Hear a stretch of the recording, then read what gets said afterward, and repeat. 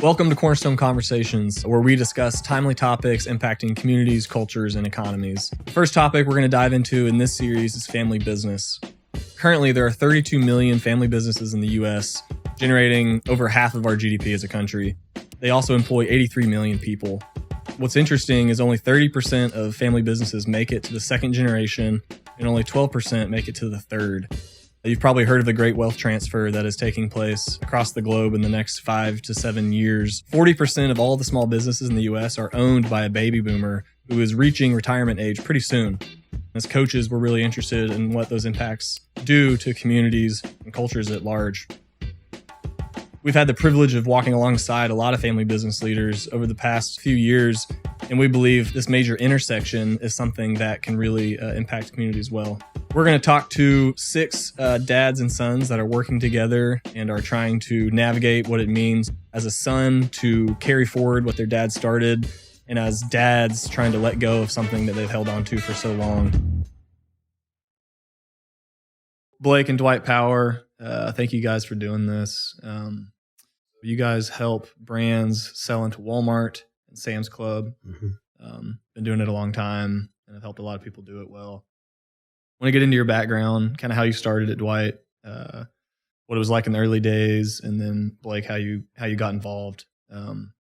But before we start, and I kind of start every conversation like this, there's two broad categories of family business that we work with and have talked to kind of in this series. There's legacy businesses. So this is, hey, my dad or my grandfather started this company and it's passed down generation after generation. Or there's a joint family venture, which is if you two went and started a restaurant or something new together and you said, hey, let's go start something from scratch. Those are kind of the two categories. You guys are in the legacy business category, which is really cool because you're passing on a lot of things that you started, a lot of insights, a lot of knowledge. You get to step into that and learn from your dad and also put your unique fingerprints on something he started. And there's just a lot of compelling layers within that. So Dwight, maybe just give us your story, kind of how you got into this industry, what it's been like. So, when I was a kid, I spent a lot of time with, my grandfather and my dad watching to see what their general direction in life was going to be. My grandfather, worked for Sears and was a buyer at Sears and eventually a vice president in Sears. And so I saw him doing that. And my dad here had a local business here, and it was a big business. And I mean, he grew it a lot. But what was interesting is that I had a very pivotal time in my life when I was coming out of college, because he really wanted me to get into the business, and I had zero interest. I did not want that life. And, so I made a decision to do my own thing, and I followed my path, which was much more oriented towards what my grandfather did. And so I started 2 years into college. I started at Kmart, which, was down where now the Hobby Lobby in Fayetteville, Arkansas was. And I worked there for 2 years.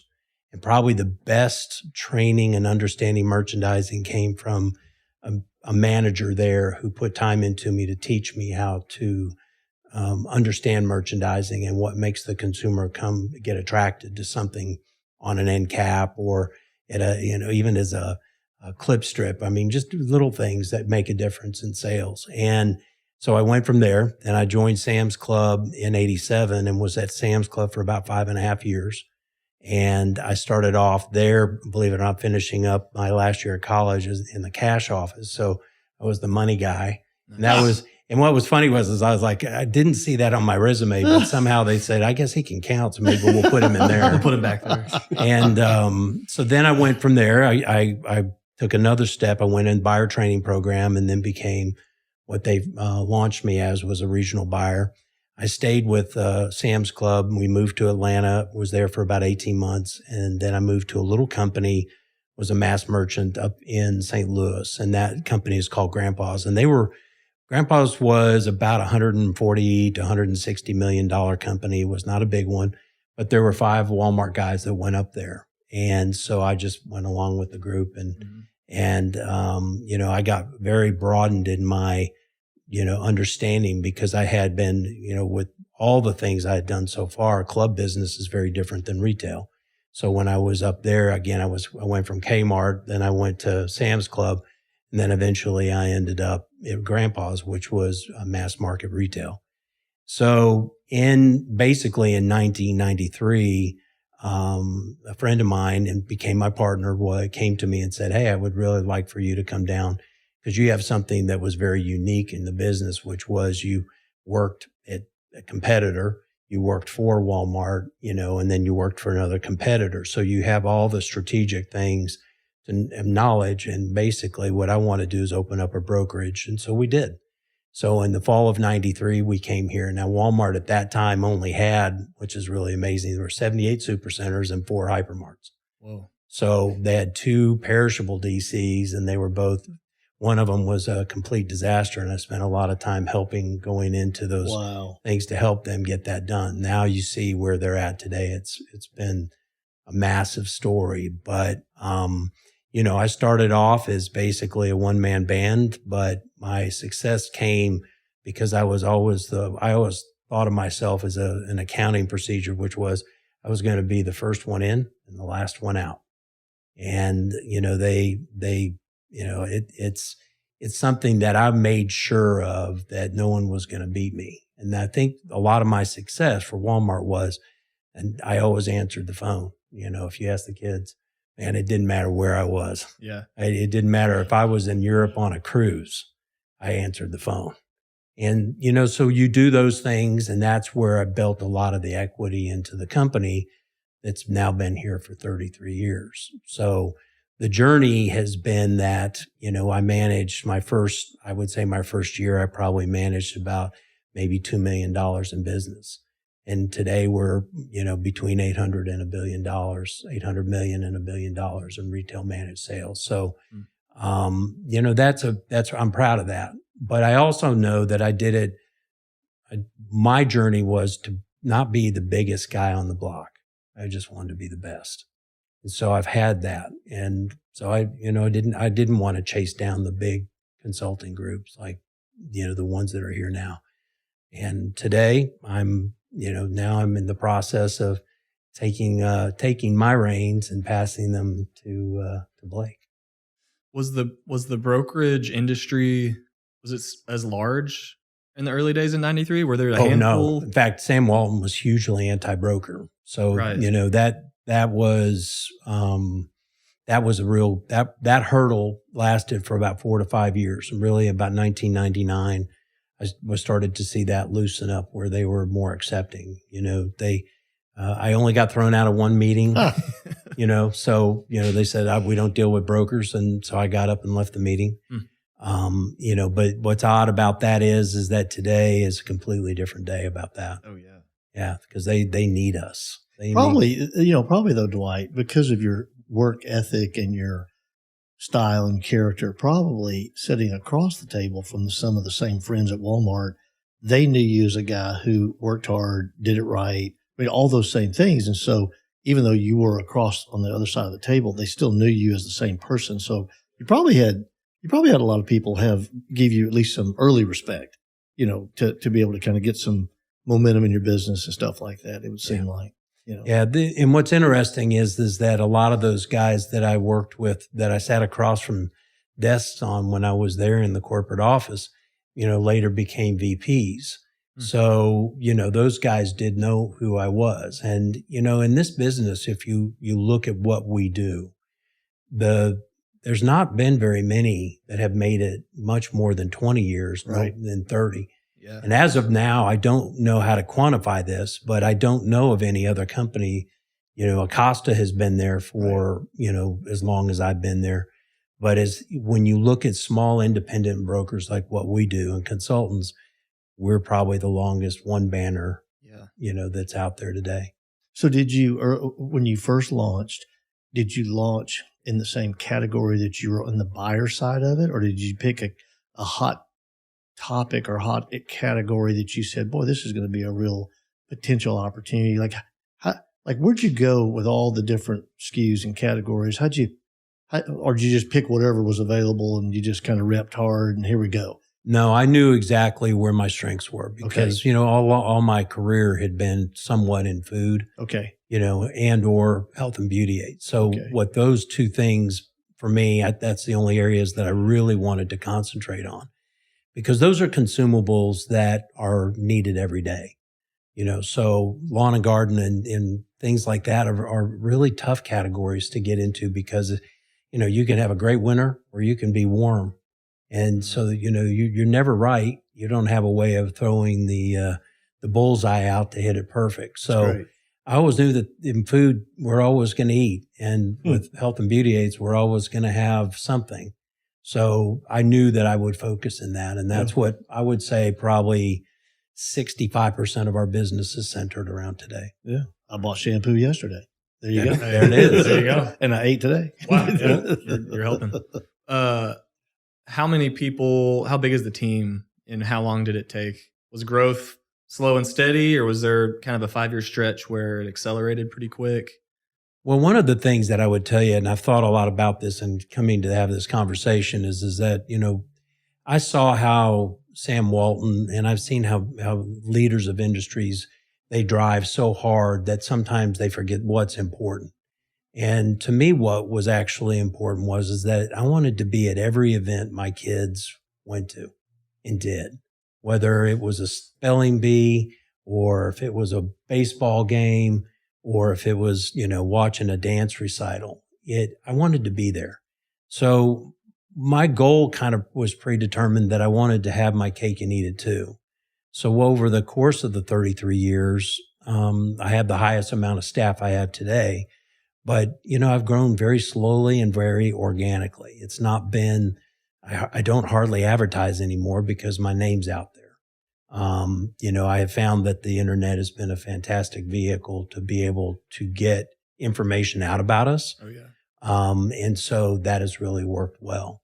So, and that's what Blake and his generation, they're used to their phones. They're used to these things on their computers and they're searching, and for that vehicle is their information highway. Right. Where us who were still rotary dial as kids, we didn't have those things. So what's important for me is that I had a balance. And because I didn't see the balance with so many people who drove in this business. And I wanted to be able to be at that. I mean, I helped coach his baseball. For all those years, I didn't hardly miss, and it was funny because even when we get into some of these other questions, you're going to say, he is with me 40 hours a week. And so now, it's a continual gift for me. It may not be for him. It may not be, it may have not been when I was 40 hours a week watching him play baseball on the weekends either. Yeah, right. So, but that's the relationship that I wanted to have with both of my kids is to be there. And, have I had opportunities to have companies chase me and want to purchase me? Yes. And I've turned every one of them down. But, you don't know that question until he jumps in and says, yeah, I'm willing to take this and let's move forward with that. Hey guys, I want to take a second and tell you a little bit more about the business you're learning in this episode. Dwight and Blake Power are our guests today, and they're the owners of Ozark Consulting and Marketing, where Dwight is the founder and CEO. They've been focused exclusively on Walmart and Sam's Club since 1993. It's all they do. If you've ever tried to navigate the Walmart supplier world on your own, you know how complex it can get. Their team exists to solve exactly those problems. So if you're interested in learning more about what they do, you can reach out to me directly or click on the link in the description below. I mean, that's kind of a good transition here for Blake. How long have you been working with your dad, and what were you doing before? Did you come straight into this out of college? No, I didn't. So I went to U of A, did a double major in finance and small business management. And so my primary focus was on the finance side of things. And so I worked at a bank throughout college and went kind of the banking route. And so out of college, went into wealth management, started working on the trust side of things, and pretty quickly realized that the finance side of stuff was not where I wanted to be. And so that was right around when COVID was happening. And so there's a lot of changes back in 2020, in the beginning of 21. And so about middle of 2020, I was actively looking for something else, for kind of a change. And so he and a couple of his buddies, they approached me, and they were like, "Hey, we've got this medical sales company that they're starting up, and a little startup. They had these antibody tests that were COVID antibody tests, and they're like, all the doctors and everybody, they're all looking for it." So kind of started a company, and I helped pretty much run the thing, and got a lot of really good exposure, Cool. selling, building websites, doing CRM, all that kind of stuff. And so, him and his buddies, they were just kind of the faces of the company, and I helped, I got the experience of being able to, kind of run the business and be a lot of the back end stuff. And so, I mean, I was packaging up all the supplies and sending them out and all that. Was this on the side, or was this like full time? This was full time. Yeah. Okay, yeah. So I left the bank and started was doing this full time. And, kind of the very beginning of 2021, things were kind of dying down. More people were looking for other things. And so, so we got out, and, before we ended things, he called me and he's like, "Hey, there's an opportunity for you to come work for me. You don't have to." He's like, "It's your decision, but I've got a position if you want it." And he was never putting pressure on me or anything. And I was like, you know what? I think now would be a good time for me to transition into that. But had you thought about it before? Or talked about it? Did y'all ever have a so, conversation about so that? What was really interesting is, and something I'm very thankful for, was he never pressured me ever to come into the business. Like, I mean, we had talked about it, but he had, there was never any plans, I think in the back of our minds, maybe he wanted me to, and then, I always kind of wanted to, but, we never really verbalized that. But he was very like, "Hey, go do your own journey, explore yourself, go have fun, figure out how to live life, do things on your own." And he pretty much was always there for me whenever I wanted to come join the business. And so, something I'm very thankful for, that he was never pushing, "Hey, this is what I want you to do." It was definitely my decision to come in. That's cool. Which I'm really thankful for. And so started in the beginning of 2021. And early on, he was like, "Hey, you are the owner's son, and you're going to have to earn it. You're going to have to make your keep, and, earn the respect of everybody here." And so, he was like, "You're going to start out at the very bottom, and you got to work your way up." Okay. So, started me out at a $38,000 salary, and said, "All right, you got to figure it out." And so, here we are today. And God, I paid you that much money? Yeah.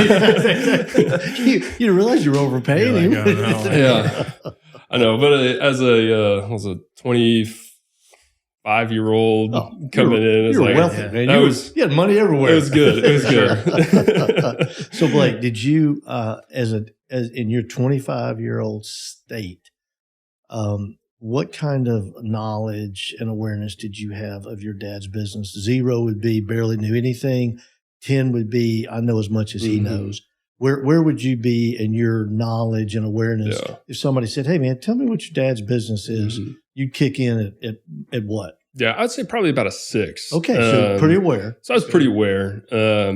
I mean, he started the business before I was born. And so, that's all I've known since I was a kid, and until now. It's been OCM. That's been his life and our family's life, and he supported us through that. And he did a really good job of teaching me and kind of explaining to me anytime I had questions about kind of what he did. And he traveled a lot, going and visiting clients and going to shows and stuff like that. And I was always curious, "Hey, why are you going? Why are you leaving? What's going on?" And he always did a good job of explaining kind of the importance of that, and why, why he was going. And so I had a pretty good understanding of the business. But the thing with Walmart, we tell every employee that comes in, is it's a very steep learning curve. And that's where, some of the value for our company comes in, is that Walmart and Sam's Club, they're beasts. I mean, they're very, very complicated. And And so, but that's where a lot of the value for our business comes in, is the knowledge of the industry, the knowledge of Walmart and Sam's. And so I had a general understanding, but I didn't, nowhere close to his knowledge. But I knew enough to be able to explain to somebody, at 25, like, hey, this is what my dad does, and this is what the business is. Yeah. That's good.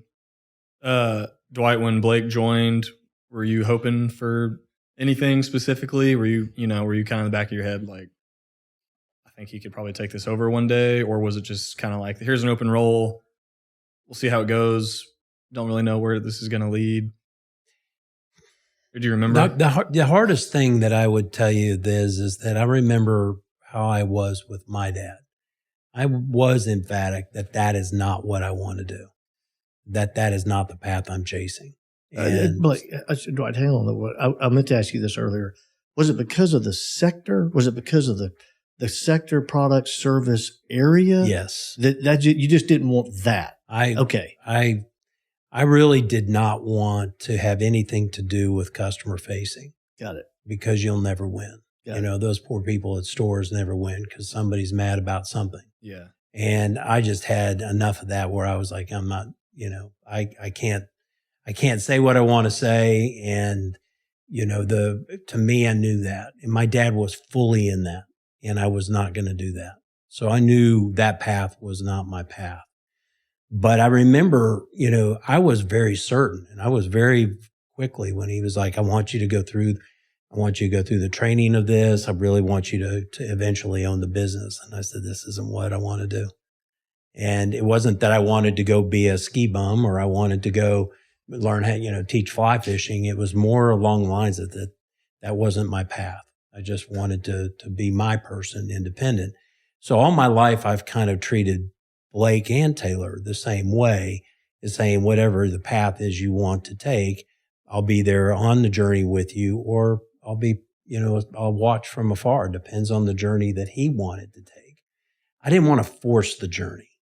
And I think that's where I won in all of this is I never forced the journey and said, hey, I want you to, he didn't work for me in the summers. I mean, I made him go to Legacy, and be a teller for a summer, learn about money. Yeah. Well, that was like watching paint dry to him. He'd come home and just moan and groan how bad this was. But at the time, I look back and that was priceless. Yeah, because you got to read for, you got to stay on your phone for 35 minutes, every hour. So, but no, I knew at that point that my journey, I didn't want him to have my journey. I wanted it to be his. Yeah. And there's one of the most important things that I think you all have done a very good job throughout this is talking about how do you know, and how do you know when is the journey, and what are those keys that come into play during this journey? Because this is tough stuff for a dad and a son, because he's it's a long journey, it's a lifetime journey no matter what you do. So I had to decide how to do it. And I said, I'm going to be patient, and I wasn't going to push him. And, that's what paid off to get us to where we're at here today, because I don't think I ever made him feel like he had to do it. I wanted him to want to do it.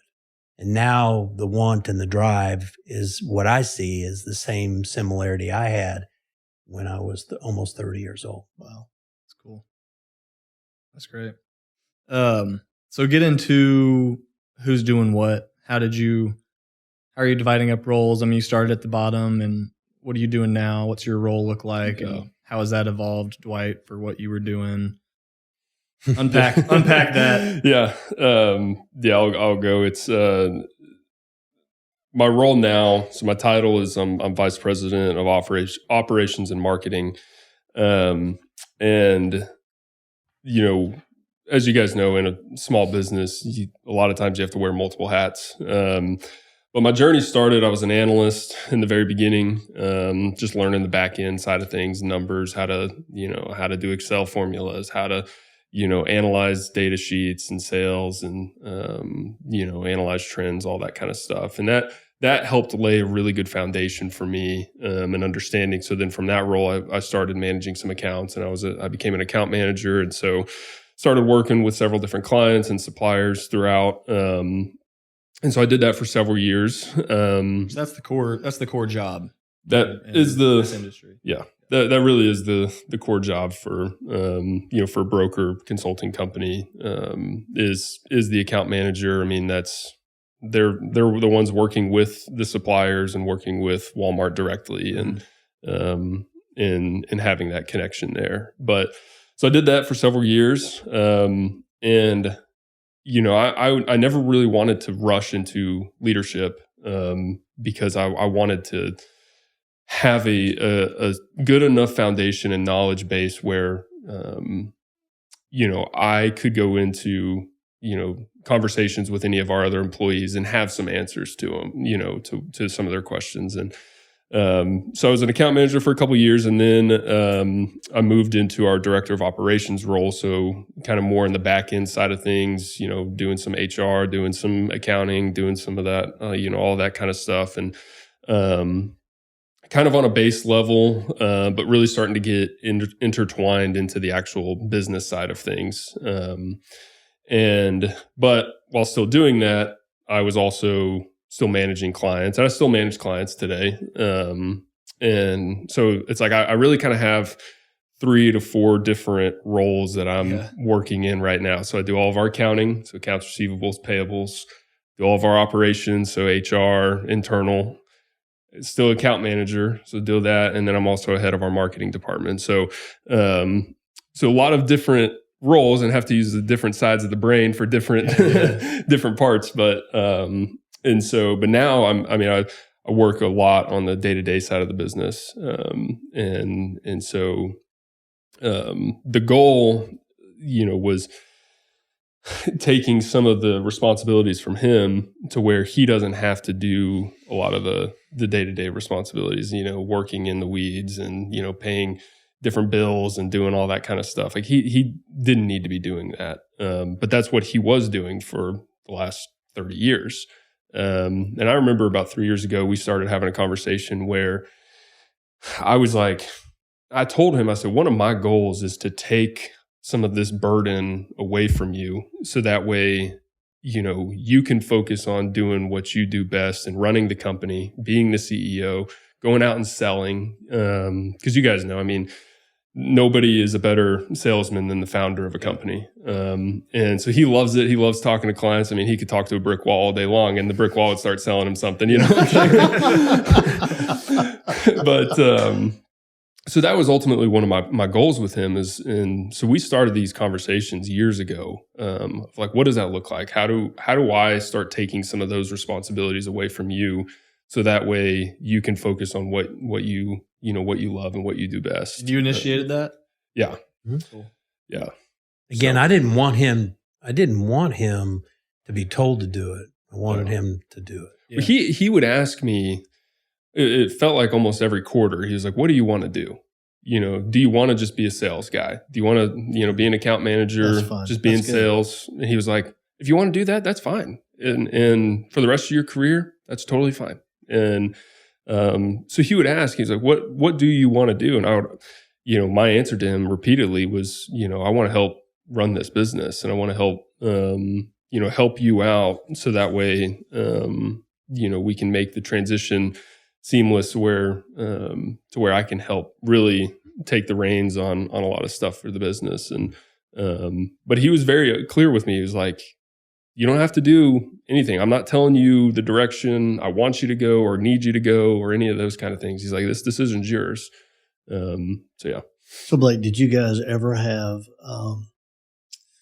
well, not both of you, but did you ever have any short seasons where you were saying, wow, this is not really what I want to do. Either the area, the vertical, the space you're in, or the season that the business cycle was in itself, or like not necessarily any kind of big, deep remorse, but like, did you ever have any shiny thing come across where 2 buddies from college said, hey man, we're going to start this new business. You need to come be our third partner. And, kind of do something else, or was he just kind of like, no, man, I found my place. I mean, not that you never had a tough Friday. Right. I'm not saying that, but I'm talking about like just the fit, like the sense of saying, I think I'm home. I think I'm here. Yeah. I found that pretty early on in the business when I started with him. When I first started, I didn't know. Again, I was, 25 and, very young in my career. And, at that point, you don't really know what you want, except, you have the idea of like, you want to chase money and, having a wife and trying to support her and, some of those kind of things. But, I never really had a ton of like opportunities or people that came pursuing me. So the decisions from that standpoint it was pretty easy for me. Yeah. But in the business, it was probably about year 2. It's like, okay, this is where I want to be. Now, when I was in college, I really like pretty early on, I would say probably my sophomore year, I had it stuck in my brain that I wanted to run a business someday. And so that's where the small business management major came from. I was like, I want to pursue that because they had entrepreneurial classes, they had business management classes, all of that kind of stuff. And so I wanted to kind of pursue that as well. The finance side was kind of a safety net for me because it was easy. That was the just kind of natural transition. But in the back of my mind, I always knew that I wanted to run a business. And, I'm thankful every day for the opportunity that, to work with him, that he provided me a platform to, pursue that and, pursue those dreams of someday, running a company. And so yeah. Was it hard letting go of some of those operational business owner type of tasks? It didn't take him long to start shaking his head. I can tell you that. You're ready to go. No, I think, it's all about timing, and knowing when it's right. And the one thing that is maybe the most difficult thing for, our kids is patience, and understanding that you got to go around. I call it, you got to go around the sun. You got to go around the sun again and then again. And then what happens is that, once you start going around the sun, you start getting comfortable where you're at. And even after the 3rd year, I was still asking him, and he said that, is this what you want to do? Because the thing about it is that, again, I want him to want it. I don't want me to want it for him. That's great. And, I knew that for him, it would be best if he made that decision. So to answer your question directly, has it been hard to let go?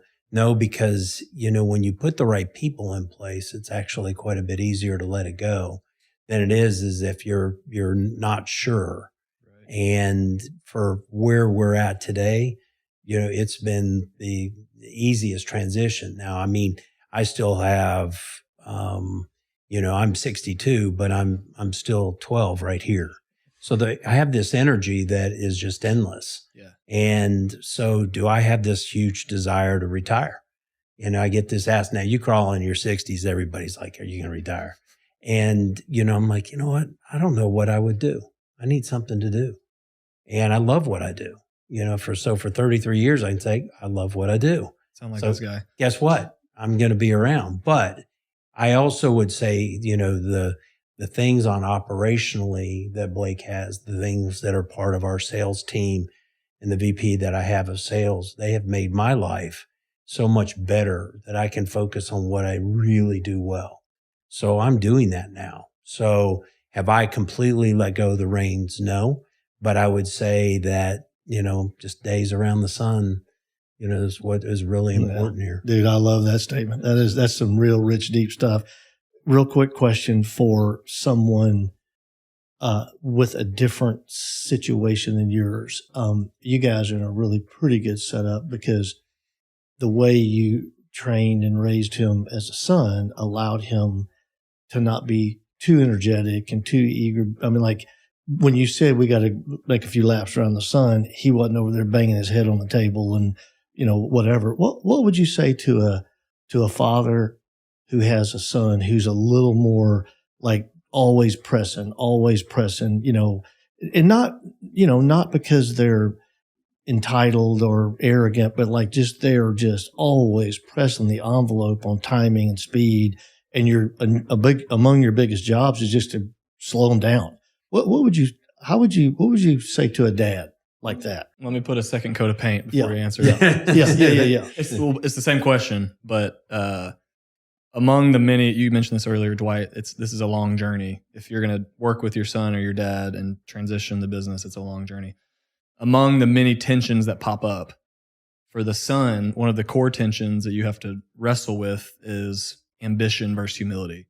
So what you were getting at is if you're a son stepping in, you're like, I've got my own unique skill sets, my vision, my ambition, and I need to apply that. But you also have to wrestle some element of humility. And my dad's still here, still his business. I'm not fully in charge yet. But both of those have to show up. And if you're only humble with no ambition, then you're a passive leader and you're not going to be able to lead well. But if you're only ambition with no humility, then you guys are going to be butting heads. So same question, but just layer that on top of it. Has that showed up? I'm going to let Blake answer the second part of your question. I'm going to answer yours. Okay.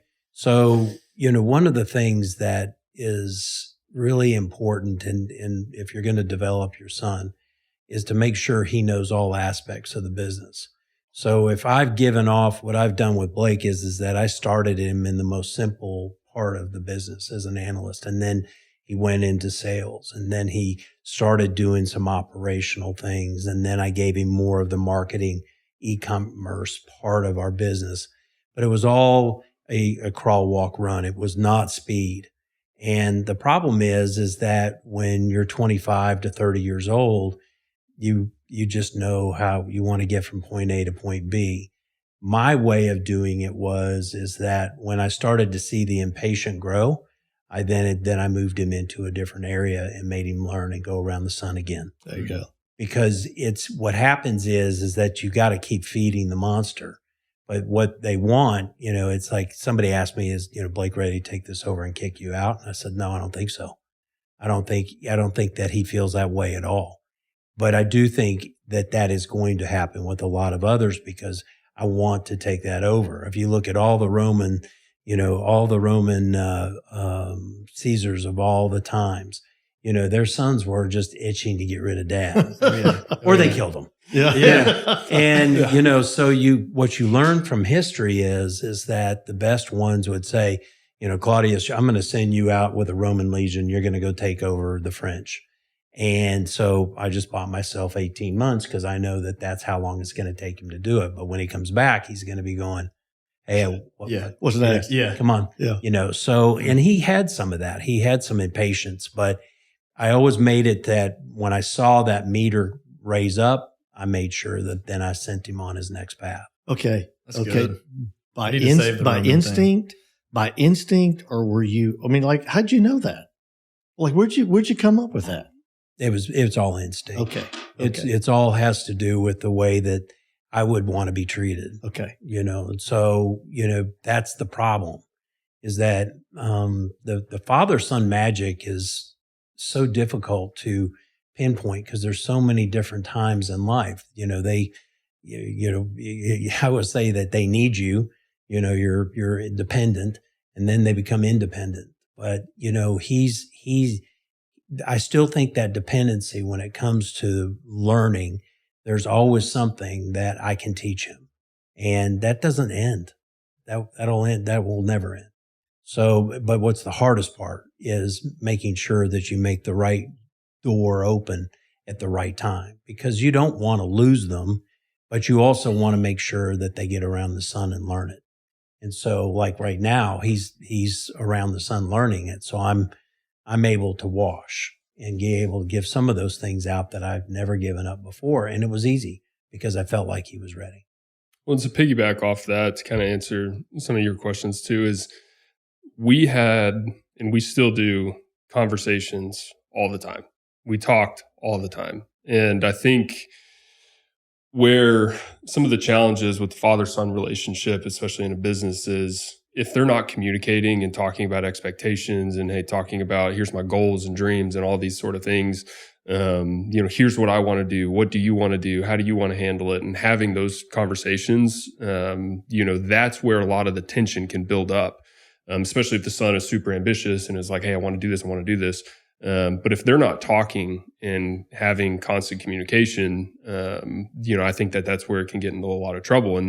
And for us, I mean, even in the very beginning, when I came into the business, I mean, at least once a week, we would have an hour-long conversation.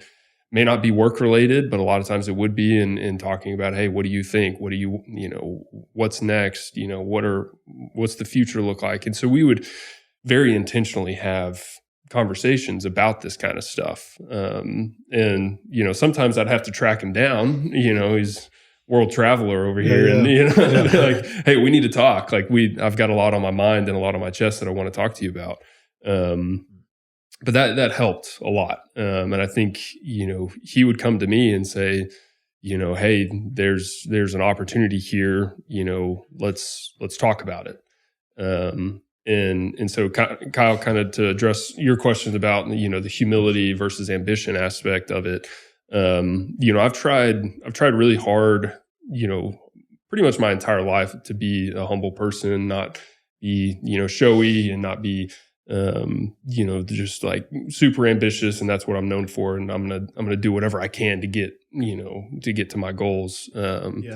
Like I very much want to and have pursued the idea of being a servant leader and showing humility of like, hey, I can't do this without you. I need your help. I need guidance and all of that.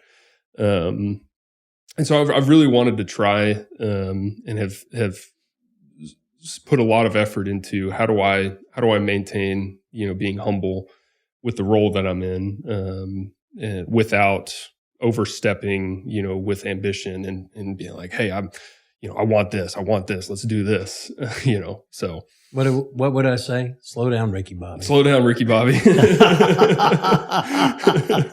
Were there any examples of things where, That's like, what's an example of something where he would have to say, slow down? Was it like a marketing idea, or let's get into this channel, or let's hire 10 people, all the above. Okay. one a day.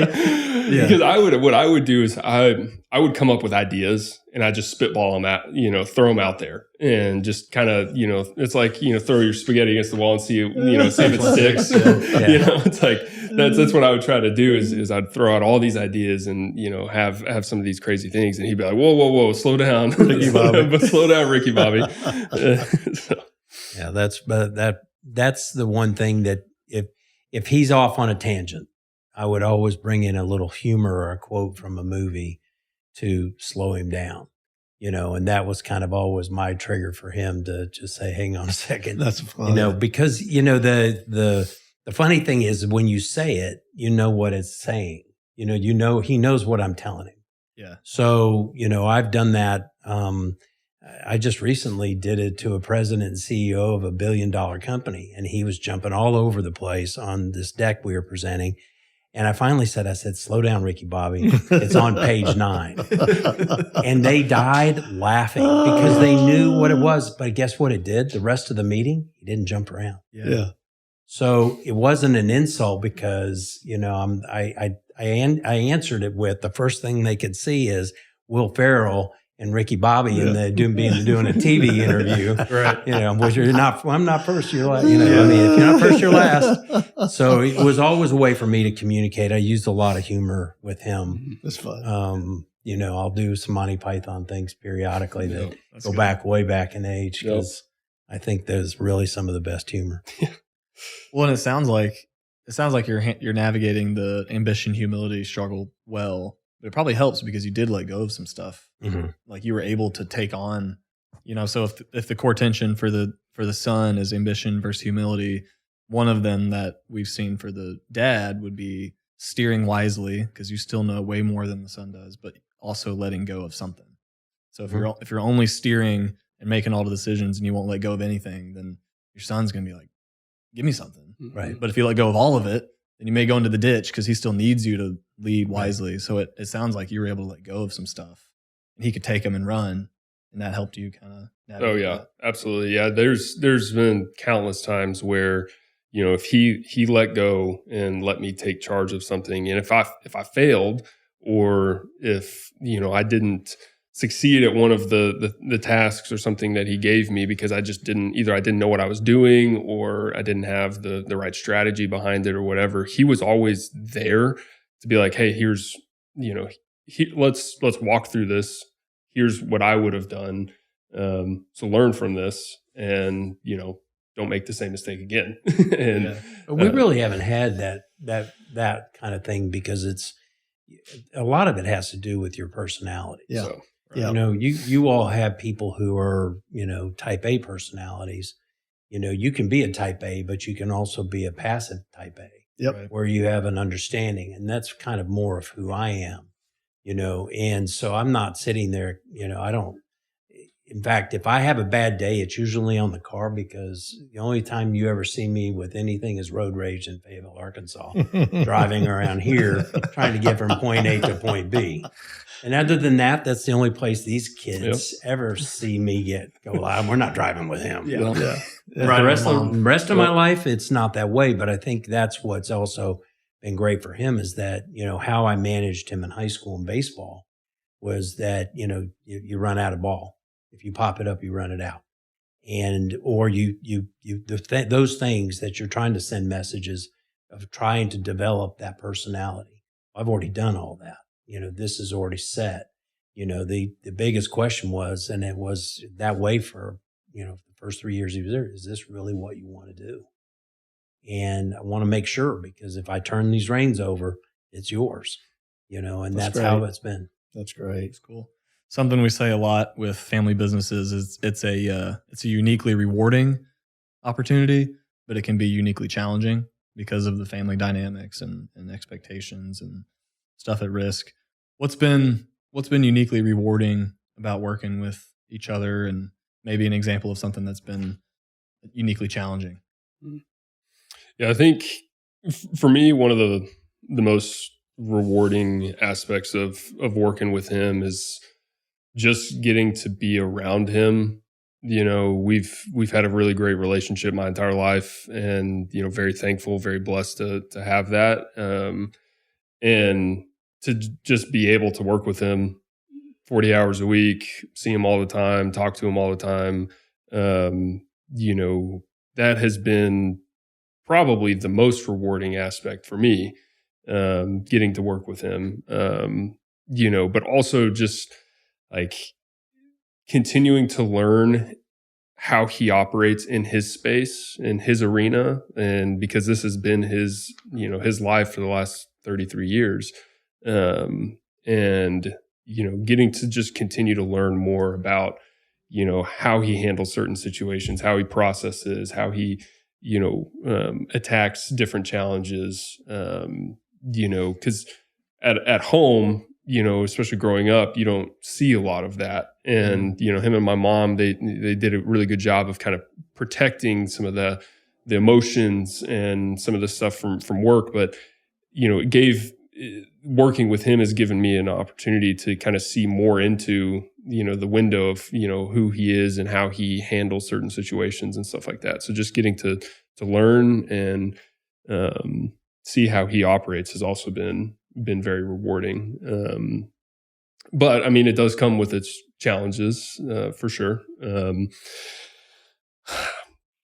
don't really know off the top of my head what what challenges that have come up.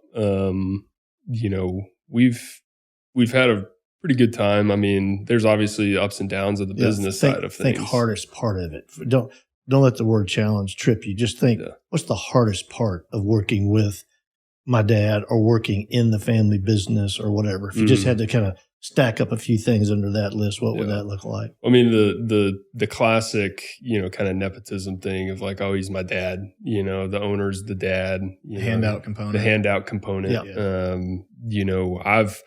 I've had to make a very conscious effort, to earn the respect of everybody in the business and, prove myself, to everybody.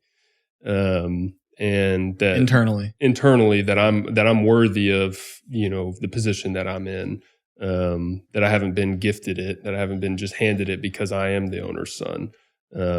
that's a challenge that'll always be there. It's just, but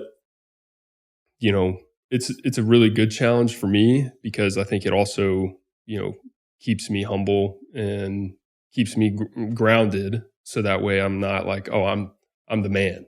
Yeah. I've earned this. This is my no entitlement. No entitlement. Right. No entitlements coming your way. That's good. Yeah.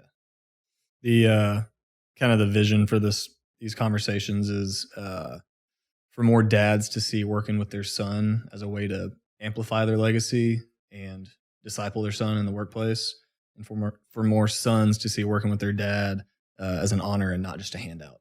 It's kind of the vision statement for this series. Because we had the same, I mean, the answer of the handout component. I got the last name on my jersey. Everyone knows my dad runs it. That's been a similar answer for everyone we've talked to.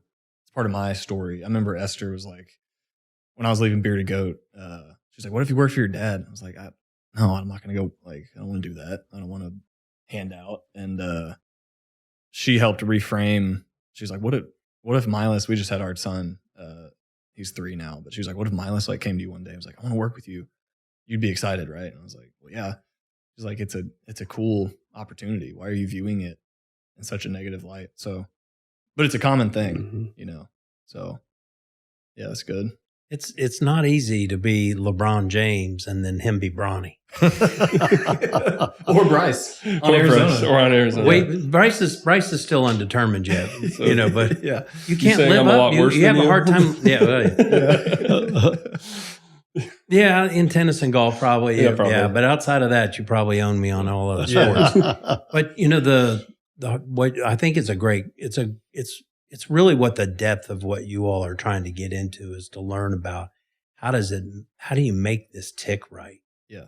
And how does that work? And it's, I've never read a book that said this is how you do it. It's just intuition. It's just a gut.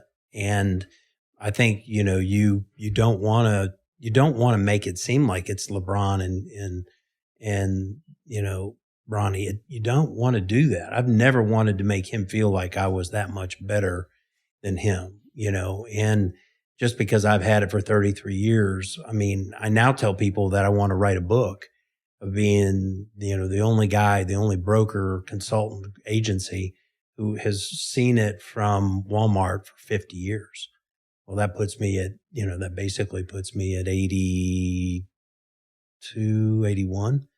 Or not, yeah. So, I mean, I'd be writing a book when I'm 80 years old, but I want to be able to say, but it's got 2 chapters. It's got my chapter, but it's got his. That's awesome. That's cool. Because that's what, that's where you really look at legacy, is that being able to say, you know what, that's the goal.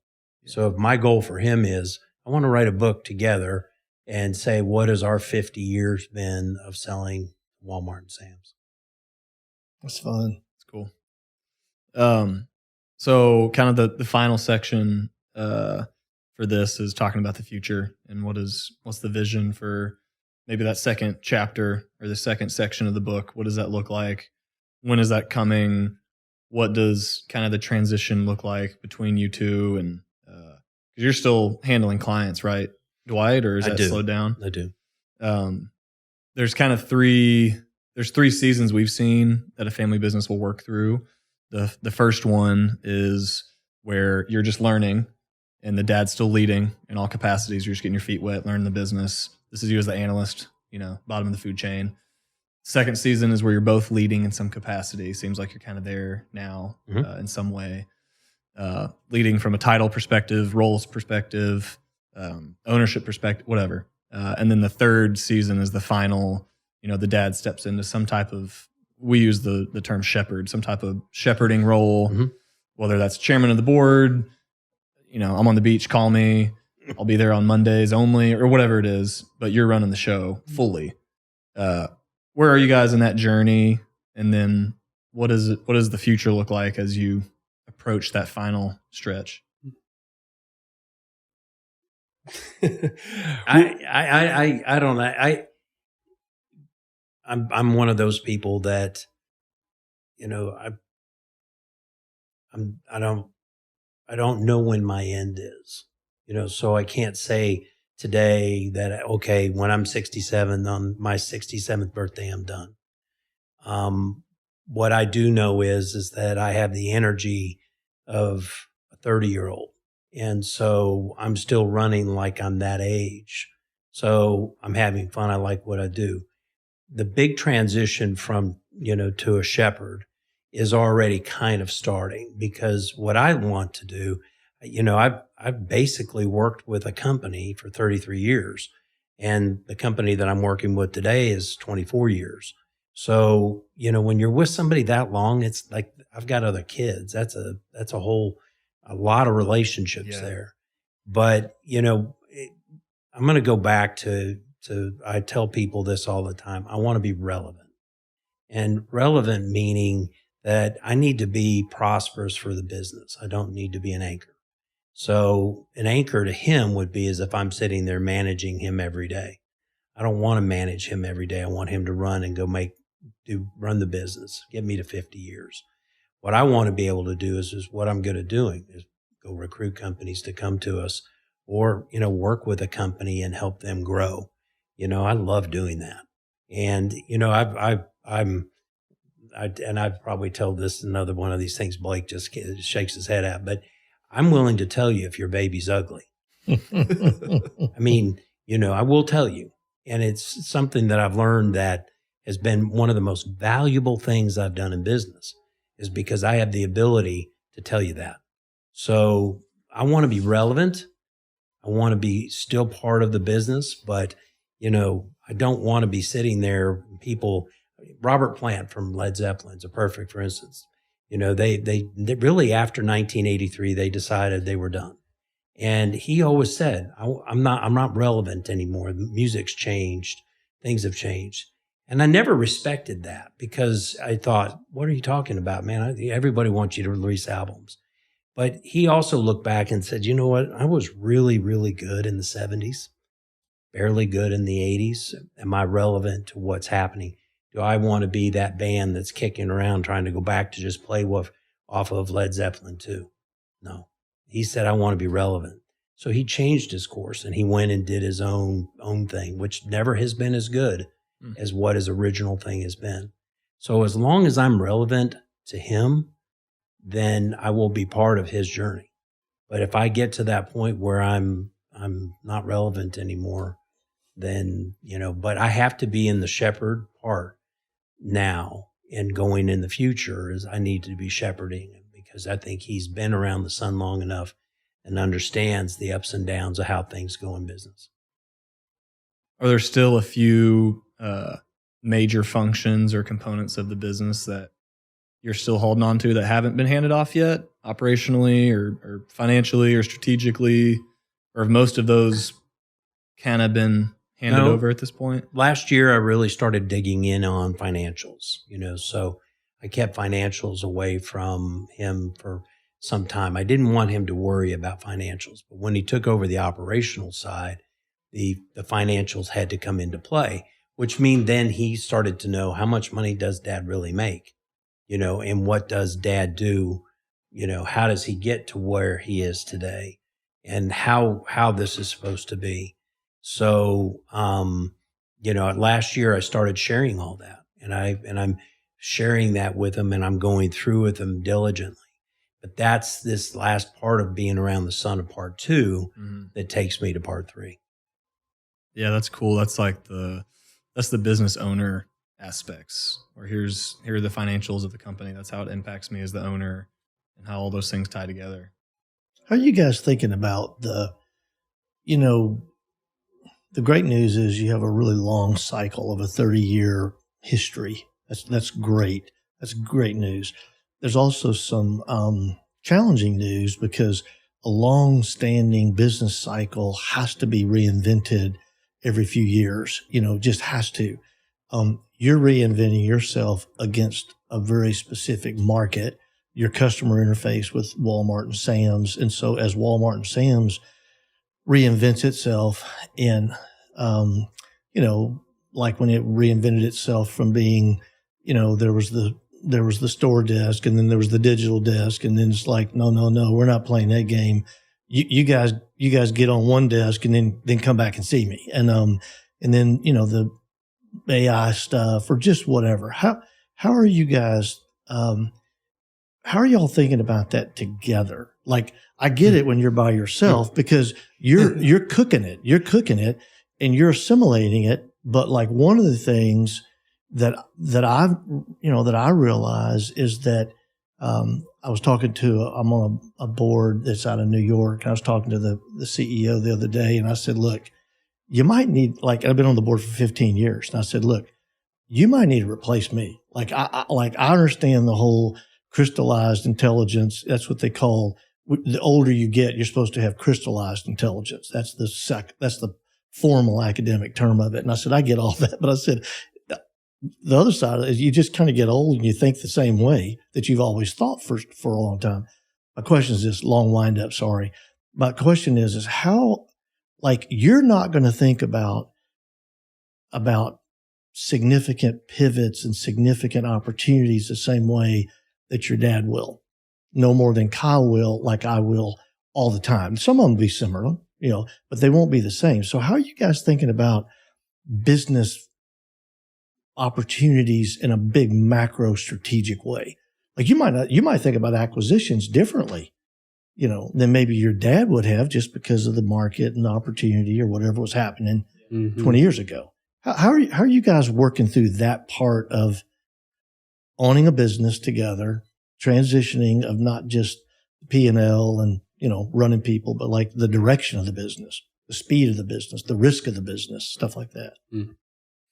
One of the things, kind of going back to what we talked about in the beginning, is having the conversations, just talking, and what I do is I've got all these ideas and I go out, and especially with AI, it's like I've been really pushing hard on how do we integrate it? How do we become an AI native company? How do we, because I've had this gut feeling that if we don't integrate, we'll get left behind and, or we won't be running as efficient as we can. And so I've got all of these ideas and things that I'm processing and running through. And just 2 weeks ago, I sent him this, 30-page document that I'd put together on kind of a 5, 10, 15 year, where I see the market going in the industry and how AI is impacting and, what does our business look like? And all of these kind of things, like that's the kind of stuff that's running through my brain. Yeah. And so what'd you do with that? Stay on that one. Yeah. Where'd that go? How'd that process? Yeah. So I sent it to him in an email and just was like, hey, let's talk about this. It wasn't slow down, Ricky Bobby. that was part of it too. Yeah, that was in there. Because when I looked at I did a 1 year outlook.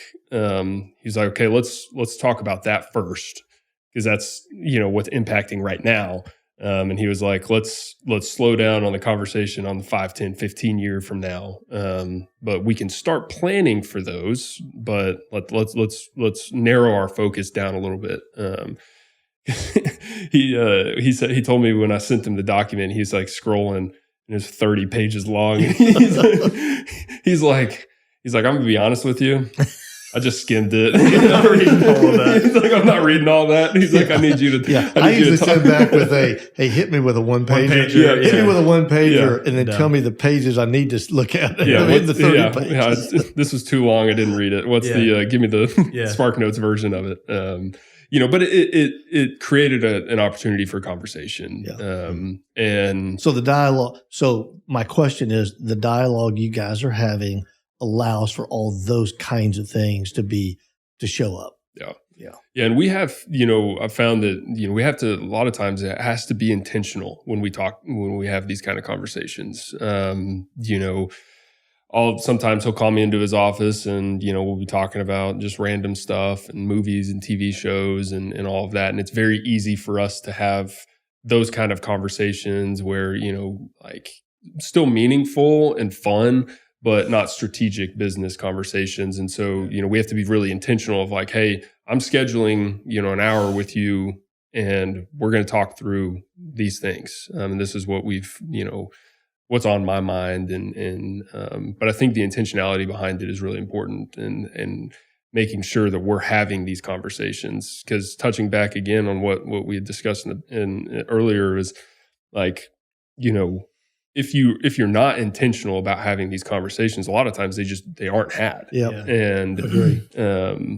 so that's what's on my mind is like, hey, if I've got an idea, or here's what I'm thinking as future planning for the business, like we have to have a serious conversation where we're both in a room talking about it, focused, not having other distractions and stuff like that. He recently came to me and said he wants to go off on a tangent that we hadn't been in on. I've been on the AI thing for quite a long time. I'm fascinated by it, and I also understand the power of it. And it's so significant now. But, he came to me and said, hey, I want to go off on this tangent. And I said, that's fine.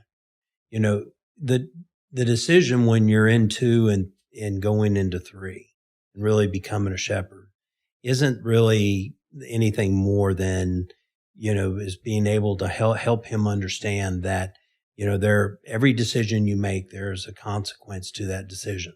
And the consequence can be a great one. And it can be a great path, or it could be something that you just wasted time and money to get to. So, from my standpoint, like he wants to really get into more of a marketplace and a .com type side of the business and really help companies there. I've never chased that, but that's something he wants to chase, and I'm all for that. So there's a lot of what you're talking about going on. But again, we communicate probably more than the average does. Yeah. But, a large part of it has to come from, the senior has to be willing to communicate. That's great. It's all about that personality, and if, I want him to learn, but I also want him to fail, because I think you grow as much. And when you fail, because then So from that standpoint, I'm in that transition that you're talking about. And I'm really trying to help him on the back end of all this, is that when I do let go all the reins, maybe I'm only just one of his salesmen, but he can come to me and say, hey, what do you want to do here? What do you think about that? But I'm never going to put him in a position where it's like, if you want to go chase that, you need to go chase it. So I think we work well that way. Now, he'll see facial expressions. He also knows with me, just like with your dad. Yeah. When he's sitting there and you're telling him something and he's like, he's got that squint. And then next thing you know, he's looking up in the air. Sometimes facial expressions can tell him, okay, maybe I didn't present it that well. Maybe it's something that we need to work on. Maybe I need to get you to a better place about it. We're in that stage where he's seeing that, because if he says something to me and I do give him, it's not the wife head tilt where you're just like, because we all have this right now. You get the wife head tilt when you're wrong. Yeah. Okay. Yeah. But he's getting that squint from me. So it's a little bit of understanding how to read the room on what it is that you think that's, because there is a core to our business, but you have to be able to manipulate and move with that. Yeah. And, I think the core values that we have will always stay, and I think will always be where we're at today. But there are some places that he can go, like with this marketplace, that I think he could really make a difference in. And that needs to be where he goes and tries something. That's great. So, and for me, that's great. I'm all in for it. So it's hard because in the very beginning, you're like, he needs to go around the sun a little bit more. But, you have to judge when is it that he's around the sun, and then let him go, rush off and go do what he needs to do. There was a lot of times, especially early on, and still to this day, where he'll look at me and be like, you have no idea what you're talking about. And you're like, yeah, I do. I know all of it. Yeah. No, you really don't. You really don't. And, it's been easy for me to actually let go of a lot of the reins, a lot easier than I thought it was going to be. And the reason for that is because I know he wants it. Good. So that's when you talk about encapsulating everything that you all are doing with fathers and sons, you kind of know. It's an intuition that, both you two knew, hey, this is going to work. and you have your place, you have yours. It's the same here. Mm-hmm. So those are the things that are really fun about this. Because you ask the question, what's your favorite thing? He says, well, I'm around him 40 hours a week. Yeah, so am I. So we both have the same fix. So, it's very meaningful, but it has to be in the circumstance of understanding where you are and making sure that you both have that plan. Is there a day where I'm going to do the mic drop? Well, it would be if I win the lottery, tomorrow night. But if I don't win the lottery tomorrow night, you're back. You're going to be around. You're back. You're back Monday. I'm back on Monday. Well, the good thing is if he does win the lottery, I think, he's laid a good enough foundation for me and for our leadership team and the rest of the team to where, if he did mic drop and is like, all right, I'm moving to Hawaii, we'll see you guys later. We'd be okay. And I believe that. And I think he believes that too. I do. And so it's a good, it's a comforting place to be. It's a great place to be. It's a great place to be. Yeah. Both sides, and for the customer. Yeah. It's a great place for any vantage. Yeah. Well, y'all are doing a great job. It's been fun to get to know you better and you too, Dwight, and just see how you guys are doing it. There's 32 million family businesses in the U.S. 40% of them are owned by a baby boomer who's nearing retirement age. A third of those are going to transition successfully to the next generation. The other 2/3 are either going to get bought out or fizzle, or the son doesn't want to work there, or they can't figure out how to transition or whatever. But you guys are doing it well, and it's been fun to get an inside look onto how you're doing it and how you've navigated it.